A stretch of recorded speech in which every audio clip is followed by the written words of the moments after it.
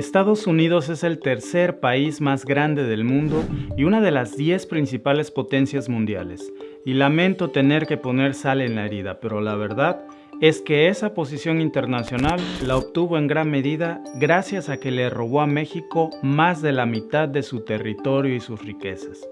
Y aquí comenzamos seguramente con un gran debate, porque sé que algunos dirán que no fue un robo, que fue completamente legal. Pues en este video te voy a demostrar con evidencias claras que la cesión de más de la mitad del territorio mexicano fue totalmente ilegal, al punto que el propio Abraham Lincoln denunciara ante el Congreso estadounidense el despojo que se le estaba haciendo a México. Pero vayamos a lo más importante. ¿Cómo fue que Estados Unidos le robó más de la mitad de su territorio a México? ¿Cuáles fueron los errores que cometieron en las letras chiquitas que hacen que ese tratado se vuelva ilegal actualmente? Y si es ilegal, ¿qué pasaría con todos los mexicanos que viven ilegalmente en Estados Unidos? ¿Y qué tendría que hacer México para recuperar de vuelta todo lo que le fue robado? En este video te lo voy a decir. Yo soy Víctor y esto es The Mexican Family.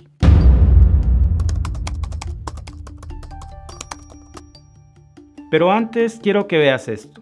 Todo lo que ves en amarillo era el mapa del virreinato de la Nueva España en 1810, justo en el año en que iniciaba la independencia de México. Para ese momento, la entonces Nueva España era dueña de casi todo el territorio de Estados Unidos. De hecho, ese pequeño rincón gris claro que ves en el mapa era Estados Unidos. Es increíble cómo pasaron de ese pequeño territorio a este enorme territorio. Pero de eso vamos a hablar en otro video. Ahora, este era el mapa de México cuando logró su independencia en 1821. El verdadero México. Y se extendía hasta lo que hoy es California, Nevada, Utah, Arizona, Nuevo México, Texas y parte de Wyoming, Colorado, Nebraska y Oklahoma. Y para entender mejor si la bondadosa cesión de más de la mitad del territorio mexicano a Estados Unidos fue legal y válida, analicemos el contexto histórico. Todo comenzó aquí, cuando México obtuvo su independencia del Imperio Español con el Tratado de Córdoba en 1821. Pero como país independiente, la nueva nación también se enfrentó a muchos problemas tanto a nivel nacional como internacional. México tenía que lidiar constantemente con los intentos de invasión de los franceses y de los españoles que querían reconquistar la que era la Nueva España. Estos constantes intentos de invasión europea eran un problema muy frecuente no solo para México, sino para el nuevo continente, a tal punto que en 1823 el propio presidente estadounidense James Monroe pronunció un famoso discurso que posteriormente se convirtió en la famosa Doctrina Monroe. Esta política estadounidense llamada Doctrina Monroe establecía que cualquier potencia europea que interfiriera o intentara invadir a las naciones libres del continente americano serían considerados como un acto de guerra contra los Estados Unidos. Claro que al parecer esta Doctrina Monroe no contemplaba los propios actos de invasión que encabezaría Estados Unidos, que fueron los que más daño le hicieron a México y a muchos otros países del continente. Y es que para expandir su pequeño territorio a inicios de la década de 1800, Estados Unidos no tuvo ningún problema en despojar de sus tierras a las tribus indígenas americanas. Una vez que tomaron todas las tierras de los nativos, querían más y más. Pero no era lo mismo despojar de sus tierras a los primeros habitantes americanos que quitarle sus tierras a una nación soberana como México. Para eso se necesitaba no solo el apoyo del Congreso estadounidense, también necesitaban un buen pretexto. Y aquí es donde aparece el infame James Knox Polk, el 11º presidente de Estados Unidos, que se fijó como objetivo original quitarle a México este territorio que se llamaba Alta California, que era una zona portuaria muy importante y que es lo que hoy conocemos como Los Ángeles, San Diego y San Francisco. Pero había una razón mucho más grande por la que Polk quería quitarle a México Alta California, y es que allí se habían descubierto grandes yacimientos de oro, y aunque México había intentado ocultarlo para alejar a Estados Unidos de la fiebre del oro, cuando el presidente Polk se enteró, envió a una delegación estadounidense en 1845 para ofrecerle al gobierno mexicano $25 millones solo por Alta California. Obviamente era una cantidad absurda de dinero comparada con el valor de las minas de oro californianas. Así que México se negó a firmar la venta de Alta California por 25 millones, aunque unos meses más tarde le firmaría a Estados Unidos un documento de solo $15 millones, no nada más por Alta California, sino por más de la mitad de todo el territorio mexicano. ¿Cómo consiguió Estados Unidos que México aceptara semejante atraco? Después de la primera negativa de México por venderle Alta California a un precio ridículo, el infame presidente Polk esperó su momento y esperó su oportunidad. Polk sabía que valía la pena intentar completar la misión del Destino Manifiesto, pero no quería que Estados Unidos pareciera ser demasiado tirano o hipócrita a la luz de la doctrina Monroe. Así que buscó un pretexto para invadir. Y ese pretexto le llegó en 1847, cuando el mismo Polk envió en secreto a unas cuantas tropas estadounidenses a invadir México, y después, cuando los cadáveres estadounidenses regresaron a Estados Unidos, Polk culpó a México de derramar sangre estadounidense en suelo estadounidense, cuando él mismo sabía que no era así. Las tropas estadounidenses se enfrentaron con los soldados mexicanos cerca de Río Grande, en territorio mexicano, y esas tropas fueron solo su carne de cañón, su excusa perfecta. Fueron derrotados fácilmente en suelo mexicano porque eso es lo que Polk quería que pasara, victimizar a sus soldados caídos para invadir México. Y tal vez puedas pensar que esa es mi versión de la historia por ser yo mexicano, pero esa no es mi versión. Esas fueron las mismísimas palabras de Abraham Lincoln, que acusó desde el Congreso al presidente Polk de iniciar una guerra entre México y Estados Unidos bajo falsos pretextos. Y aquí te dejo muchas de estas evidencias del Congreso estadounidense que lo pueden probar. Abraham Lincoln defendió a México desde la tribuna del Congreso. Y aunque mantener su postura le costó a Lincoln mucho de su capital político cuando era un joven congresista por el estado de Illinois, él era un hombre recto y a pesar de las críticas, Abraham Lincoln subió a la tribuna y acusó a Polk de provocar una batalla en suelo mexicano y llamó al presidente estadounidense un cobarde buscador de la gloria militar. Abraham Lincoln no fue el único en acusar el despojo que México sufrió.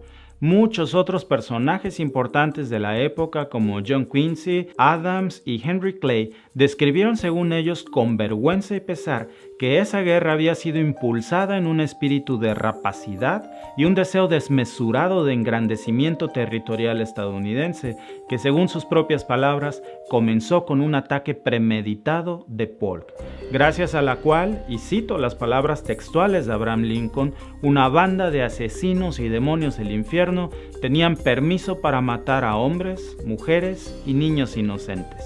Y es que al iniciar la guerra México-estadounidense, la ambición de Polk le llevó a impulsar robarle a México mucho más que Alta California. Diversos historiadores de la época afirman que en los planes originales de Polk en algún momento estuvo incluso conquistar todo México.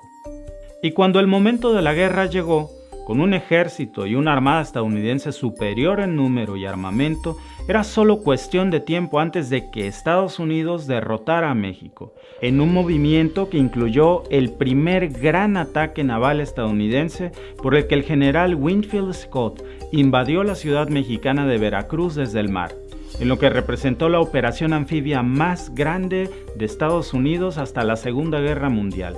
La Marina norteamericana usó botes de surf especialmente diseñados para transportar a más de 10,000 soldados estadounidenses que estuvieron en las playas mexicanas en solo 5 horas. Los desembarcos no tuvieron oposición por mucho tiempo en suelo mexicano, que se rindió después de un bombardeo de artillería y un asedio de 20 días, y habiendo asegurado el puerto de Veracruz, el ejército del general Scott lanzó su ataque final de la guerra en una marcha de combate de 6 meses hacia la Ciudad de México. Una vez que Estados Unidos tenía tomada la capital del país, obligó al gobierno de México a sentarse en la mesa de negociaciones, pero con una pistola en sus cabezas y sitiados por fuerzas militares estadounidenses, y bajo estas circunstancias el gobierno de México no tenía otra opción que firmarles cualquier papel que les pusieran en la mesa sin importar cuán injusto fuera. no era opcional, y ese trato se llamó el Tratado de Guadalupe Hidalgo de 1848, en el que Estados Unidos le arrebató a México más de la mitad de su territorio.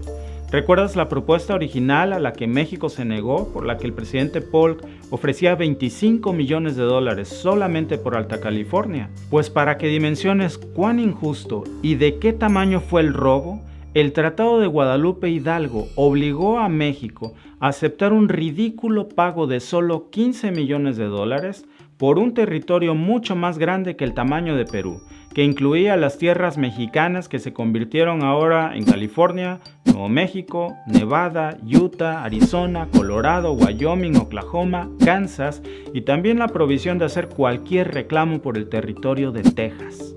Cualquier guerra y cualquier despojo es indignante, pero solo para que lo tengas en contexto, la anexión de Crimea a Rusia le arrebató a Ucrania 27,000 kilómetros cuadrados, mientras que la invasión estadounidense le quitó a México 2.4 millones de kilómetros cuadrados. Es como si se hubieran robado 89 veces Crimea. Y de esos $15 millones que Estados Unidos le dio a México, a cambio de despojarlo de la mitad de todo su territorio, según el libro Abraham Lincoln y México de Michael Ohan, la fiebre del oro de California le produjo a Estados Unidos más de $300 millones de ganancia tan solo en el año 1850. Por eso el retorno de la invasión de México les fue casi inmediato a Estados Unidos, que obtuvo como producto del saqueo una gran riqueza, con lo que se cambió el curso de la historia entre Estados Unidos y México. Gracias a los recursos y la riqueza que le fue robada a México, Estados Unidos se consolidó como una potencia mundial, mientras que México perdió todo el territorio que le fue robado por Estados Unidos. Ahora, ¿qué pasaría si yo te dijera que ese tratado que se firmó en 1848 no es válido según las normas del propio derecho internacional? Pues muchos abogados opinamos esto. No solo abogados mexicanos, incluso juristas estadounidenses reconocen que el Tratado Guadalupe Hidalgo carece de legalidad porque al firmarlo, Estados Unidos cometió un error muy grave, y te lo voy a explicar de la forma más sencilla posible y te diré por qué. México tiene sus leyes que son muy distintas a las leyes estadounidenses. Básicamente son sistemas legales opuestos. Uno tiene su origen en el sistema romanista y el otro tiene un derecho anglosajón. Así que cuando tenemos este tipo de conflictos entre leyes de distintos países, siempre tenemos que acudir a un campo neutral. Y ese campo es el derecho internacional, también conocido como el derecho de los tratados. Este derecho de tratados se estableció en lo que hoy conocemos como la Convención de Viena sobre el Derecho de los Tratados de 1969. Pero aquí hay un primer obstáculo. De seguro alguna vez has tenido que firmar un contrato con una de esas grandes compañías de telefonía que está llena de letras chiquitas. Las grandes compañías siempre son las más tramposas para elaborar sus contratos. Y tengo que decirlo, algo así pasa con Estados Unidos. Resulta que no es posible aplicarle a Estados Unidos directamente las disposiciones de la Convención de Viena porque, aunque Estados Unidos sí firmó la Convención de Viena, nunca la ratificó.